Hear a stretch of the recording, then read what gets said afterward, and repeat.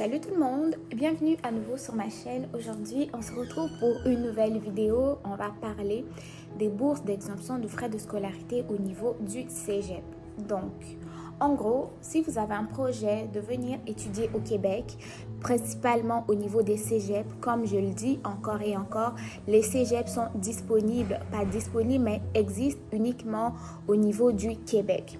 Les cégeps sont des centres de formation collégiale qui donnent des formations techniques et des formations généraux qui vont vous préparer au niveau de l'université. Donc, si vous voulez faire, par exemple, ressources humaines, administration, gestion de personnel et tout, vous allez avoir un programme au cégep qui va s'appeler sciences humaines.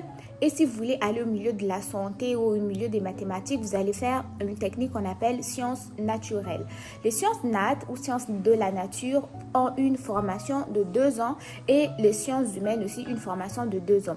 Cependant, nous, ce qui va nous intéresser, ça va être les formations techniques au niveau du cégep parce que c'est eux qui sont éligibles au niveau des bourses d'exemption.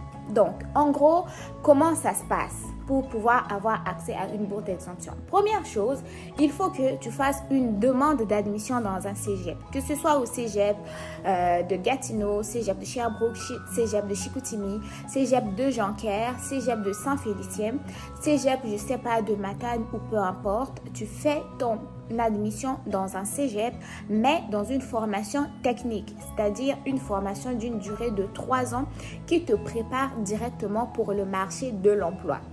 Cependant, sachez que dans ces différentes formations techniques-là, il y a des formations aussi qui peuvent vous donner accès à l'université par des passerelles qu'on appelle DEC-BAC. C'est-à-dire, vous avez votre DEC au cégep et vous avez une passerelle qu'on appelle BAC. Donc, le programme fera DEC-BAC au niveau de l'université. Je sais qu'il existe principalement en soins infirmiers parce que j'en fais un en ce moment, mais il y en a aussi pour d'autres programmes. Donc, une fois que vous êtes inscrit dans un programme technique d'une durée de 3 ans et que vous avez un excellent dossier académique, c'est-à-dire que dans vos études antérieures, vous avez eu quand même des bonnes notes. Sous vos relevés de notes, c'est des bonnes notes. Là, vous pouvez donc aller, postuler pour la bourse. Comment postuler pour la bourse? En fait, une fois après avoir terminé la demande d'admission, que la demande d'admission est acceptée, ce que vous allez faire, c'est communiquer avec le cégep pour lequel vous êtes admis et demander le formulaire de candidature. Donc, le cégep va vous donner le formulaire de candidature que vous allez remplir et ensuite, vous allez l'envoyer à un endroit qu'on appelle la Fédération des cégeps. Tout cela, ne vous en faites pas. Il y a des personnes qui sont chargées de ces bourses d'exemption-là à chaque cégep et ces personnes-là vont pouvoir vous guider à faire votre démarche, à faire vos processus de demande. Cependant, qu'est-ce que la bourse contient? Quel est le montant de la bourse? Comment se fait les versements? Sachez que les bourses ont une valeur de 15 000 $ qui vont être renouvelables chaque 1 an. Donc, si vous avez une formation de 3 ans, vous pourrez bénéficier de ces 15 000 $ la fois 3 ans.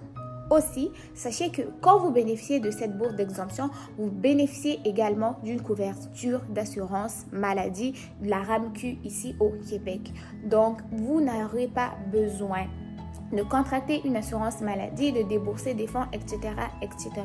Cependant, si la bourse d'exemption est bien évidemment c'est 15 000 et que vos frais de scolarité normalement équivaut à 10 000 $, vous voyez que à peu près vous allez avoir un excédent de 5 000 $ qui peut vous permettre donc de subvenir à vos besoins. Cependant, vous allez me demander la CAC, le PE, comment faire, nanana, est-ce qu'il faut que je montre la preuve financière et tout. Sachez que au moment de votre demande, vu que la bourse d'exemption est excédent aux frais de scolarité, vous pouvez montrer, si vous l'avez déjà obtenu, vous avez déjà obtenu votre réponse, montrer la lettre de confirmation d'obtention de votre bourse d'exemption au niveau des services d'immigration. Alors, tout tout ce qu'eux ils vont faire, ils vont donc évaluer si vous aurez besoin de preuves financières ou pas, parce que la bourse est quand même 15 000 $ et aussi renouvelable 3 mois, alors que l'immigration vous demande une preuve financière d'au moins 13 000 $ par année. Donc tout cela, vous n'avez pas à vous inquiéter. Moi, je vous mets le lien en barre d'infos.